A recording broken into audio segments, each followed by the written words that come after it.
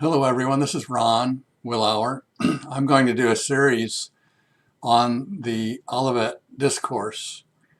By the Olivet Discourse, I mean the things that Jesus said on the Mount of Olives to his disciples just before his crucifixion, where he was talking about things that were going to happen in the future.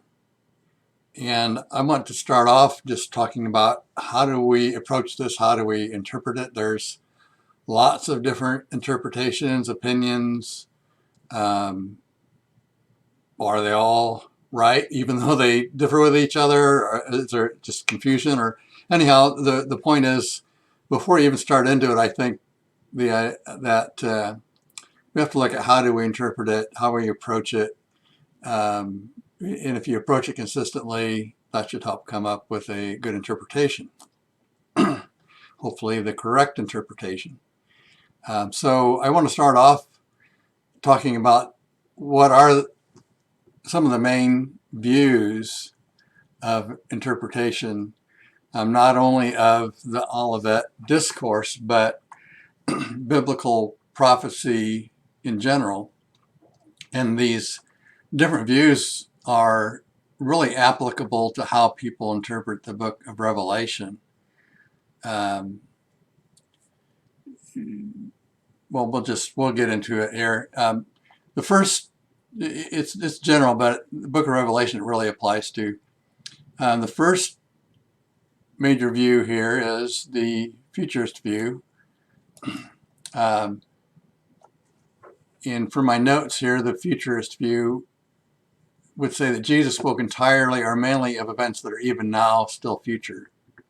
Even now being 2019, I'm recording this. The things that Jesus said on the Mount of Olives are still entirely or mainly future. This is the current predominant view. Most people are futurists, and a particular type of futurist, actually. It's the biggest view. This view commonly maintains that there will be a future 7-year tribulation immediately after a pre-tribulational rapture, with Jesus' bodily return to earth at the end of the 7 years. A future Antichrist will be prominent during this 7-year tribulation. So just to repeat this in a little bit different format, their view is there will be a rapture where all the believers in Jesus are caught up into heaven. There will be 7 years of tribulation after that rapture, immediately following. And during that 7 year of tribulation, there will be an Antichrist who will rise and cause a lot of problems, we'll say, just to be succinct. But at the end of the 7 years, Jesus descends from heaven and returns to earth and makes everything right. There's variations on this. Some people believe the rapture happens in the middle of the tribulation and things like that, but this is the common view.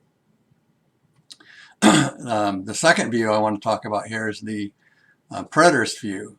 Preterist means past, and they believe that Jesus spoke of events that were entirely or mainly fulfilled with the destruction of Jerusalem and the temple by the Romans in 70 AD. And there's some futurists that believe it's fulfilled with the decline of the Roman Empire and such, but this is the main, our preterist, excuse me, I think I used the word futurist. But this is the main idea of the preterists, is that the destruction of Jerusalem was the end, or greatly a part of the end. So this is a historical fact now that Jerusalem was destroyed in 70 AD. That's not a matter of interpretation. That's found in history, and there's no serious person that disagrees with that. It's just, where does that fit into the whole scheme? So the next sentence here in the notes: a full preterist believes all biblical predictions of the future were fulfilled in 70 AD. Everything. Nothing else is predicted after that. That covers it all. That's a full or hyper preterist. Some call it hyper preterist. A partial preterist believes much was fulfilled in 70 AD. But there's still a future bodily return of Jesus, a resurrection, a final judgment, all the things that have historically been considered orthodox beliefs that those are still in the future. Partial preterists will still believe that. The issue with full preterism is that they take the following verses to be symbolic prophetic language referring to the destruction of Jerusalem, not the bodily return of Jesus. They then tie that, we'll scroll down here, to other passages in the Bible that I believe at least refer to the bodily return of Jesus and a literal bodily resurrection, and say those were fulfilled with the destruction of Jerusalem. So a full preterist will say, this verse I'm about to read is talking about the destruction of Jerusalem, and nothing further happens after that. That this is the return of Jesus, the resurrection, the final judgment, everything at the destruction of Jerusalem. So Matthew 24, verses 29 to 31, but immediately after the tribulation of those days, the sun will be darkened, and the moon will not give its light, and the stars will fall from the sky, and the powers of the heavens will be shaken. And then the sign of the Son of Man will appear in the sky, and then all the tribes of the earth will mourn, and they will see the Son of Man coming on the clouds of the sky with power and great glory. And he will send forth his angels with a great trumpet, and they will gather together his elect from the four winds, from one end of the sky to the other. And their interpretation is that when you look in the Old Testament, there are passages that talk about a coming in clouds, Yahweh coming in clouds, God coming in clouds to judge. And it would be an army coming and defeating a nation. And the stars and sun and the moon can refer in prophetic symbolic language to political or military leaders, and that they would fall. So this is really a symbolic speaking of the fall of Jerusalem. So if that's the case, then if you look at verses like in 1 Thessalonians 4, where it talks about the Lord himself shall descend from heaven with a shout and the voice of the archangel and the trumpet, and they said, well, this is the same event. It talks about here a great trumpet is going to sound. And so that passage is not talking about a future bodily return and resurrection either. It's tied into this. The partial preterists will say this is symbolic of the destruction of Jerusalem, but they don't say that it ties in. They still believe in the future bodily return of Jesus, resurrection, final judgment, etc. So we'll look at this passage and the whole Olivet Discourse and deal with that later, but that's just giving you the views. The historicist view is that the biblical prophecies yet to be fulfilled are spread over history up to the bodily return of Jesus to earth. The symbolic language in the book of Revelation, for example, speaks of future historical events, such as the apostasy of the church, God maintaining a remnant people, and the Reformation. Now, what I mentioned, these really strongly apply to the book of Revelation. They do. They're people that are futurists take the whole book of Revelation as still future, basically. Preterists take it all as past. It was talking about the events leading up to the destruction of Jerusalem. And historicists look at the book of Revelation and say, well, those are prophecies of things that they were future at the time of John, but they happen a little bit at a time over many decades and centuries. And so it's a continuum. It's a longer extent. It's not all at the end or all at the beginning, and it's over the history of the church. And then an idealist says the symbolic language in the book of Revelation does not so much speak about actual historical happenings, but about the conflict of good and evil with God as the eventual victor. So that's really, whether they're right or not about the book of Revelation, that's pretty hard to apply to the Olivet Discourse, because Jesus was really talking about particulars of there not be one stone left upon another and flee and those kind of things. So those are the different main type views of prophecy in general. So let's look at some interpretive principles. How are we going to interpret this passage? Well, you don't interpret this passage different than any other passage in the Bible, but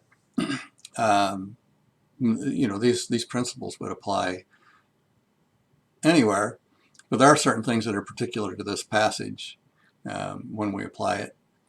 So the first point here, principle A, the Olivet Discourse is found in 3 parallel passages. They're in basically in Matthew 24, Mark 13, and Luke 21. There might be some verses before and after that fit, but Matthew 24, 25, some of 23, but those, they're parallel passages.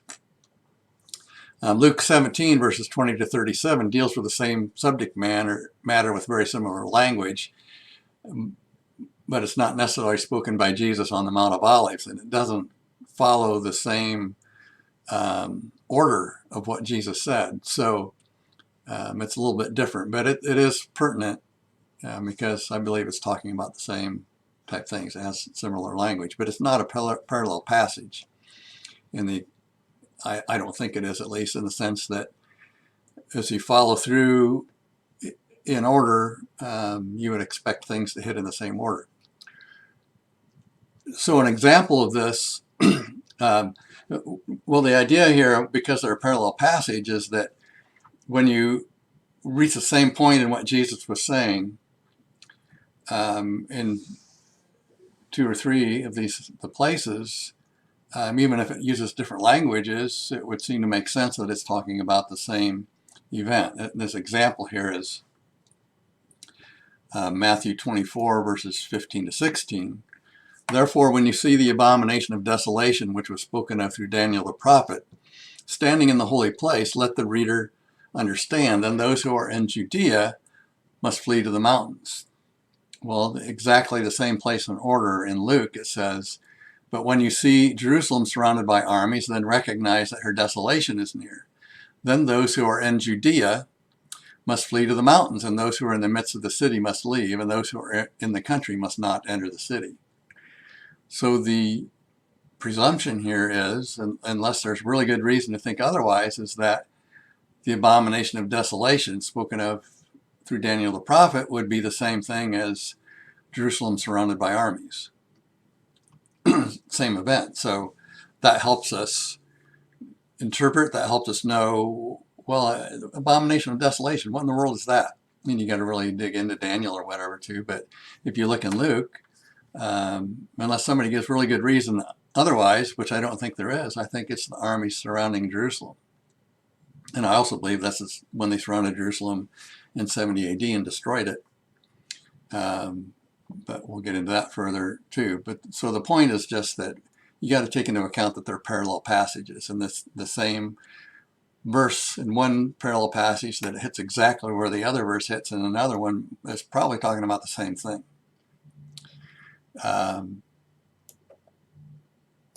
Second point, Jesus predicts the destruction of the temple, and the disciples ask him when these things would be.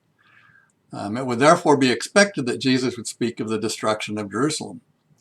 An interpretation of any of the 3 parallel passages that does not refer to the destruction of Jerusalem would be very suspect.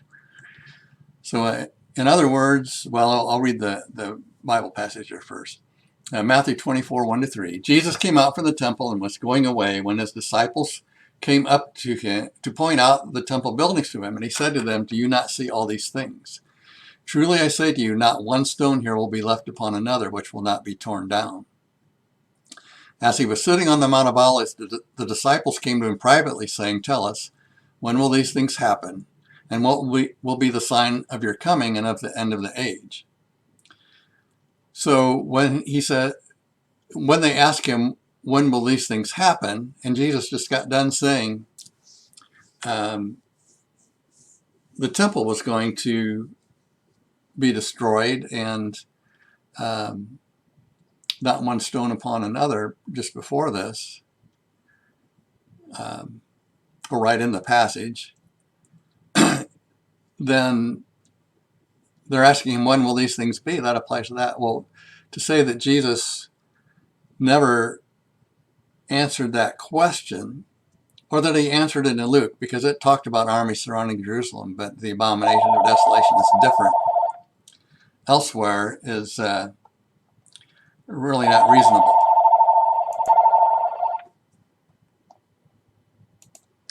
So the point of this is simply that Jesus does talk about the destruction of Jerusalem in these passages, all three of them. He didn't bring up the subject, and then they asked him a question about it. He just says nothing about it from then on. That's not a reasonable interpretation. Yes, he talked about the destruction of Jerusalem. Now, here I mentioned in my notes that some will say there's a double interpretation. Yes, he was talking about the destruction of Jerusalem, but there's a second happening, not exactly the same, of the same event, the destruction of Jerusalem, the destruction of the temple, in the future. There's double meaning language, and that happens in prophecy. That's not without precedent, but it's hard to prove or refute it, either one, ahead of time. In hindsight, you can, and when you see quotes in the New Testament about Old Testament prophecies making double application, then, oh yeah, we know that's the case. But usually when people talk about there's a double application, then they ignore the part about Jerusalem being destroyed in 70 AD and only talk about the far future. Well, I'm going to take the other approach and say, well, what do these passages say about the destruction of Jerusalem in 70 AD, and see if there's any need to consider a second interpretation. I don't think there is. I think it fits with just that. So let's scroll down here and look at the next point. What Jesus said at current application to those who were hearing him. He constantly said, you will hear and you will see, to his disciples. So Matthew 24:6, you will be hearing of wars and rumors of wars. See that you are not frightened, for those things must take place, but that is not yet the end. So to the people there that were listening to him, he was saying, you will be hearing of wars and rumors of wars. Not people in the future will hear about wars, but you.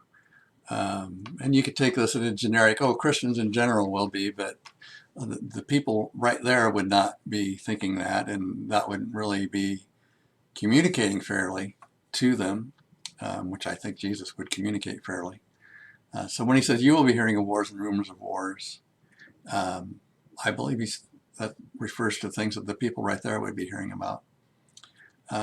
Verse 24, Matthew 24:15, therefore when you see the abomination of desolation, which was spoken of through Daniel the prophet, standing in the holy place, let the reader understand. Then those who are in Judea must flee to the mountains. Well, here he's talking about when you see this. He just talked about when you hear this. So the disciples that asked him the question, he's saying, when you see or hear these things. And so the common sense, well, that would be, it would be something that they would hear and see. The next point is here is the primary application of what Jesus said was to the people of Israel. He says from Luke 21, verses 20 to 22, but when you see Jerusalem surrounded by armies, then recognize that her desolation is near. Then those who are in Judea must flee to the mountains. Well, who were the people in Judea? Well, the people of Israel, the people, not people in the United States or China or Australia or South Africa or whatever. Those who are in Judea must flee to the mountains. And those who are in the midst of the city must leave, and those who are in the country must not enter the city, because these are the days of vengeance, so that all things which are written will be fulfilled. Woe to those who are pregnant and to those who are nursing babies in those days, for there will be great distress upon the land and wrath to this people.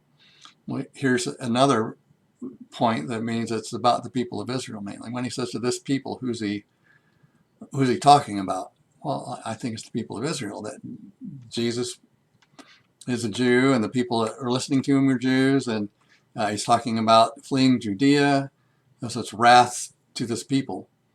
And going on here in verse 24, and they will fall by the edge of the sword and will be led captive into all the nations. And Jerusalem will be trampled underfoot by the Gentiles until the times of the Gentiles are fulfilled. So he's even contrasting Gentiles and the people of Israel there. So you have to not take this whole passage and, well, let's take it away from the people of Israel and somehow it applies to the other people or not Israel. That's the main application is to those people. So let's go to the next point. Oh, well, no, we got a little bit more on that point here. So when Jesus spoke of tribulation and a great tribulation, it is not assumed to be worldwide, but only local. That's part of what you would get from the idea that it's about the people, great wrath to this people.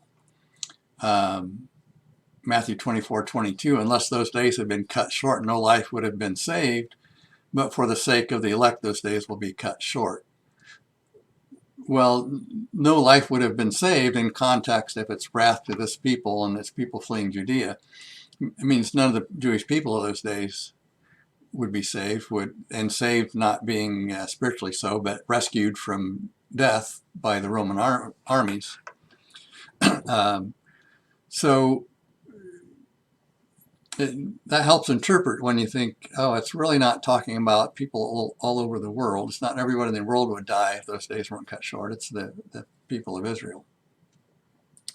Well, my last sentence says that. So also in context, no life in the prior verse can just mean no Israelite in Judea would survive. The next principle of interpretation is that close attention must be paid to the timing statements. Notice, but that is not yet the end in Matthew 24:6 preceding. So we got to scroll up for you to see that again. And I must have a wrong verse there because that did not fit. So sorry about that.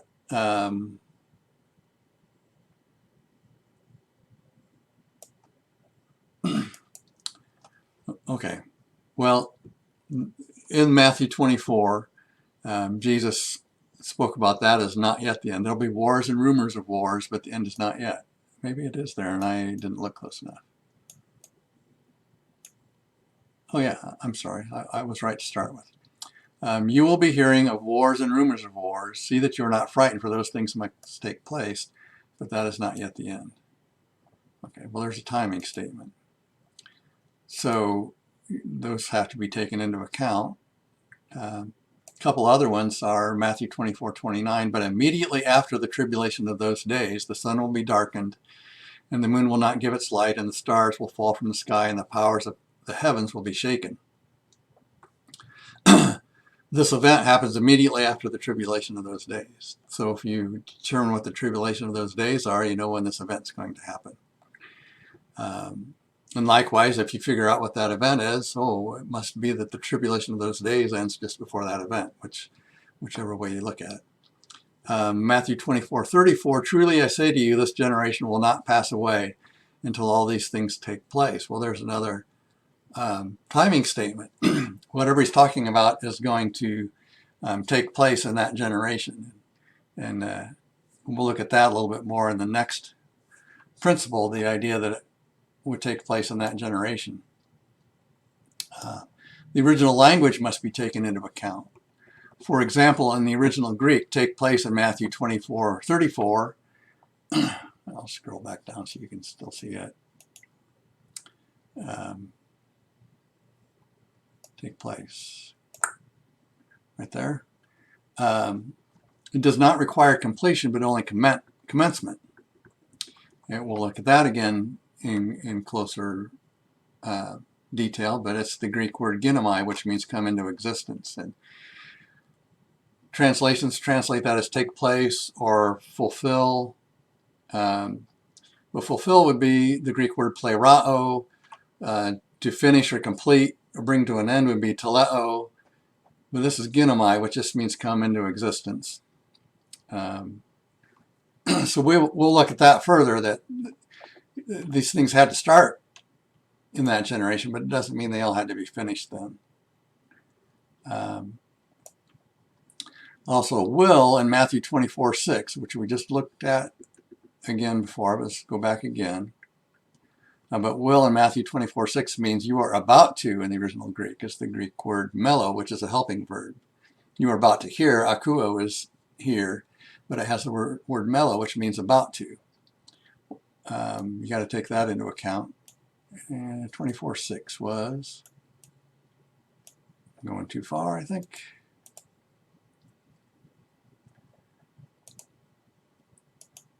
No, I didn't go far enough. Here it is. Right here, when it says, you will be hearing of wars and rumors of war. Really, in the original language, it is, you are about to be hearing of wars and rumors of wars.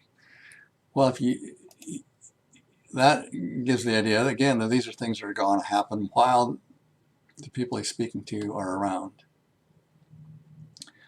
So these kind of things are also apply to the timing statements, but you got to take the original language into account where it applies. Next point is that Jesus spoke mainly in direct non-symbolic language. You can't make this whole thing symbolic. However, there's some language that may be symbolic, just as prophecy in the Old Testament was often symbolic. For example, stars falling from the sky in Matthew 24:29 may refer to leaders falling from power, not necessarily literal stars falling. And we'll look at that in more detail. But you have to consider that Jesus, when he was talking to his disciples in private and wanting to make sure they understood. He would talk in parables in ways hard to understand to the crowds and especially to the Jewish leaders, because he didn't want them to understand, but then he would explain things to his disciples privately later. And this is a explain things privately to his disciples type of speech. So it's intended to be understood. He's not, using symbolic, difficult to understand language for the most part. Whatever symbolic language he used should be something that those that were listening would understand right away what he meant by it.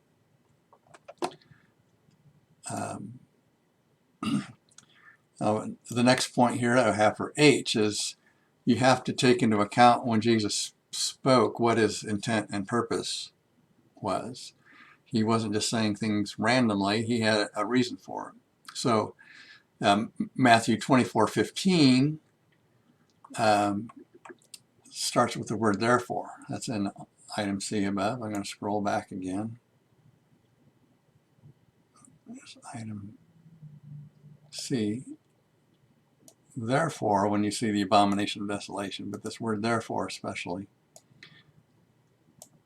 Well, what does therefore mean? It means that he gave a reason ahead of time. There was a purpose in what he said. He was telling them why they should flee. And so if you read the part of that passage before where the therefore is, you got to be looking for what's the reason to flee. It's not just a listing of events happening before the destruction of Jerusalem, but there has to be reason. So in that passage, well, I'll read this because it fits. This means that what he said previously must be, or at least include, the reason they were to flee. A major purpose of Jesus was to make sure the disciples were not deceived by false Christs and false prophets. Matthew 24:4-5, Jesus answered and said to them, see to it that no one misleads you, for many will come in my name saying, I am the Christ, and will mislead many. Matthew 24, verses 23-24. Then if anyone says to you, behold, here is the Christ, or there he is, do not believe him. For false Christs and false prophets will arise and show great signs and wonders, so as to mislead, if possible, even the elect. So I think you have to read it with the understanding that Jesus really had a concern about them being misled by false prophets and false messiahs. In particular, when he says, therefore flee, that don't believe the false Christ and false messiahs that would say don't flee. Again, we'll as we look at things in more detail, you'll see what I'm saying there. But I think that has to be taken into account, that Jesus had a purpose and intent behind what he's saying. The last point here is that the passage should be allowed to speak for itself without pulling in other passages of Scripture except when required by the text. In other words, you don't want to have an interpretation already and read it into the text. We're just going to, as much as we can, just look at the text itself, just that passage itself. A little bit in other passages to help get an idea what words mean or clarify, but for the most part not. But there's times when you have to. For example, when Jesus spoke of the abomination of desolation spoken by Daniel the prophet, we have to look at the book of Daniel to see what that is. But otherwise, we want to not read our interpretation from other Bible passages in, and just look at the passage itself, the text itself only. So that's background, different views, different principles of interpretation that I intend to use with going through this passage, the passages, parallel passages of Scripture, Jesus' discourse from the Mount of Olives, sometimes called the Olivet Discourse. Thank you.